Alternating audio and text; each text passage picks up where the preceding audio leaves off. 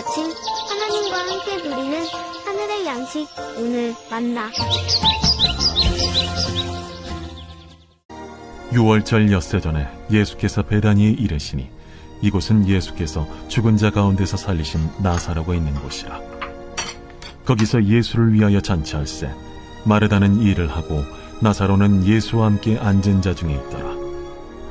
마리아는 지극히 비싼 향유 곧 순전한 나드 한 건을 가져다가 예수의 발에 붓고 자기 머리털로 그의 발을 닦으니 향유 냄새가 집에 가득하더라. 제자 중 하나로서 예수를 잡아줄 가룟 유다가 말하되, 이 향유를 어찌하여 300데나리온에 팔아 가난한 자들에게 주지 아니하였느냐? 이렇게 말함은 가난한 자들을 생각함이 아니요 그는 도둑이라. 돈괴를 맞고 거기 넣는 것을 훔쳐가미러라. 그를 가만두어 나의 장래할 날을 위하여 그것을 간직하게 하라. 가난한 자들은 항상 너희와 함께 있거니와 나는 항상 있지 아니하리라. 유대인의 큰 무리가 예수께서 여기 계신 줄을 알고 오니 이는 예수만 보기 위함이 아니요 죽은 자 가운데서 살리신 나사로도 보려 함이로라. 대제사장들이 나사로까지 죽이려고 모의하니 나사로 때문에 많은 유대인이 가서 예수를 믿음이로라. 오늘 본문 1절 말씀을 보면 6월절 엿새 전에 예수님께서 베다니에 이르셨다라고 말씀하고 있습니다. 십자가의 죽음을 앞두신 예수님께서 예루살렘으로 가시다가 잠시 베다니라는 마을에 머무셨던 것이죠. 이 베다니에는 예수님께서 사랑하시는 사람들이 살고 있었습니다. 1절 하반절을 보면 예수께서 죽은 자 가운데서 살리신 나사로가 있는 곳이 바로 베다니였습니다. 2절 말씀을 보니까 이 베다니에서 예수를 위한 잔치가 열렸음을 알 수 있죠. 아마도 죽은 나사로를 살리신 예수님께 대한 감사의 잔치가 열린 것으로 보입니다. 그런데 잔치 중에 어떠한 일이 일어났습니까? 3절 말씀을 보면 마리아가 옥합에 담긴 나드라는 매우 값진 향유를 가지고 와서 그 옥합을 깨뜨려 예수님의 발에 부었던 것이죠. 5절 말씀을 보니까 이 향유는 300데나리온, 그 이상의 가치가 있는 것이었습니다. 데나리온이 당시 노동자의 하루 임금이라는 것을 생각해 본다면 마리아가 예수님께 부었던 이 향유는 노동자의 1년치 임금에 해당하는 매우 값진 향유였음을 알 수 있는 것이죠. 돈으로 환산하여도 얼마든지 가치 있는 향유임에 틀림이 없지만 마리아에게 있어서 이 향유는 값으로 환산할 수 없는 자신의 전부와도 같은 것이었습니다. 그 전부를 예수님께 붓고 있는 것이죠. 향유를 부을 뿐 아니라 예수님의 발 앞에 꿇어 앉아 자기의 머리를 풀고 머리털로 예수님의 발을 닦고 있는 것입니다. 그 모습을 지켜보았던 사람들의 반응이 어떠합니까? 값진 향유를 예수님의 발에 붓고 있는 마리아를 도무지 이해할 수 없었을 것입니다. 예수님의 제자였던 가룟 유다는 가난한 자들을 위하여 가치 있게 사용할 수 있는 이 향유를 왜 허비하였느냐고 마리아를 책망하고 있죠. 사실 마리아를 향한 가룟 유다의 책망은 가난한 자들의 위함이 아니었습니다. 그 값진 향유를 예수님께 붓지 않고 그냥 드렸더라면 그 값을 자신이 취할 수 있었을 텐데 그 욕구가 채워지지 않는 것에 대한 불만이 마리아를 향한 책망으로 나타났던 것이죠. 그런데 예수님께서 무엇이라고 말씀하십니까? 7절에 그를 가만두어 나의 장래할 날을 위하여 그것을 간직하게 하라고 말씀하십니다. 마리아가 예수님의 발에 향유를 부은 것이 예수님의 장래를 위함이었다라고 말씀하고 있는 것이죠. 다시 말해 마리아는 예수님의 죽음과 장래에 대한 의미를 알고 있었다라는 것이죠. 그가 언제 또 어떻게 예수님의 십자가의 죽음의 의미를 이해했는지 우리는 알 수 없습니다. 그러나 마리아는 분명 예수님의 십자가의 죽음이 우리에게 영원한 생명을 주시기 위한 하나님의 사랑이었음을 알고 있었던 것이죠.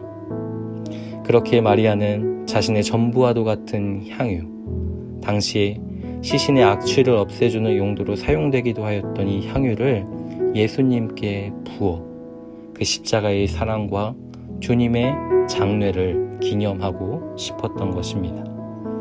마리아의 행위를 지켜보며 누군가는 그 행위가 쓸데없는 낭비처럼 생각되었을 것입니다. 그러나 그것은 낭비가 아니라 비움이었던 것이죠. 예수님께 향유를 부었던 마리아의 행위를 낭비가 아니라 비움으로 정의할 수 있는 이유는 바로 예수님 때문이었습니다. 하늘의 영광을 비워두시고 육신이 되어 이 땅 가운데 오신 예수님은 세상 모든 죄를 그의 육신에 채우셨습니다. 죄로 인해 빚어진 모든 병듦과 슬픔과 고통을 예수님은 그의 육신에 담아내셨습니다. 그리고 십자가에서 죄인을 향해 쏟으시는 하나님의 심판과 저주를 당하셨던 것이죠. 바울은 이제 내가 육체 가운데 사는 것은 나를 사랑하사 나를 위하여 자기 자신을 버리신 하나님의 아들을 믿는 믿음 안에서 사는 것이라고 고백하고 있습니다. 나를 사랑하기에 나를 위하여 자기 자신을 버리신 것이 바로 예수님의 사랑이었던 것이죠. 우리에게 평화와 나음을 주시기 위해 또 영원한 용서와 또 영원한 생명을 주시기 위해 예수님은 자기 자신을 버리셨습니다. 모든 것을 버리신 그 비움의 삶을 통해 우리는 평화를 누리고 나음을 받았으며 영원한 용서와 영원한 생명을 얻게 되었던 것이죠. 마리아는 이 주님을 만난 것입니다. 예수님께 어떠한 대가를 바라며 값비싼 향유를 부어드린 것이 아니었습니다. 주님을 만나고 주님의 사랑이 마리아의 마음을 채우기 시작할 때 주님을 위해 자신을 비우는 또 자신의 전부를 드릴 수 있었던 것이죠.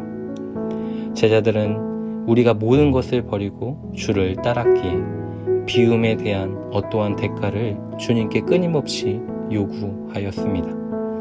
그러나 예수님을 만났던 사람들, 그 십자가의 참 의미를 깨달았던 자들은 언제나 자기를 부인하고 주님이 내 안에 사시는 삶이 되기를 늘 소망하였던 것이죠. 내 삶의 주인이 또 내 삶의 이유가 주님이심을 고백하였고 또 그러한 삶을 살아갔습니다. 사랑하는 성도 여러분, 언젠가는 변하고 또 언젠가는 닳고 또 언젠가는 사라져버리는 것들에 마음을 채우고자 애를 쓰며 또 힘겨운 삶을 살아가는 것이 우리의 모습이기도 합니다. 무엇을 먹을까 또 무엇을 입을까 하루하루의 생활이 걱정이 되기에 변하고 또 닳고 사라져버리는 것이라 할지라도 그것을 구하고 찾고 내 안에 채워야 하는 것이 어쩌면 당연해 보입니다. 그러나 주님은 말씀하십니다. 자기 아들을 아끼지 아니하시고 우리 모든 사람을 위하여 내주신 이가 어찌 그 아들과 함께 모든 것을 우리에게 주시지 아니하겠느냐. 자기 자신을 비우신 주님으로 인하여 우리 안에 영원한 생명이 채워졌습니다. 성도는 그 영원한 생명으로 인해 자기를 부인하는 삶을 살아가는 것이죠. 자기를 부인하고 또 자기를 비우는 삶을 통해 누군가에게 생명의 복음을 채우는 향기로운 삶을 살아가는 것입니다. 나를 부인하고 누군가에게 생명을 채우는 향기로운 삶으로 오늘을 살아가는 저와 우리 모든 성도님들의 삶이 되기를 이 말씀으로 축원합니다.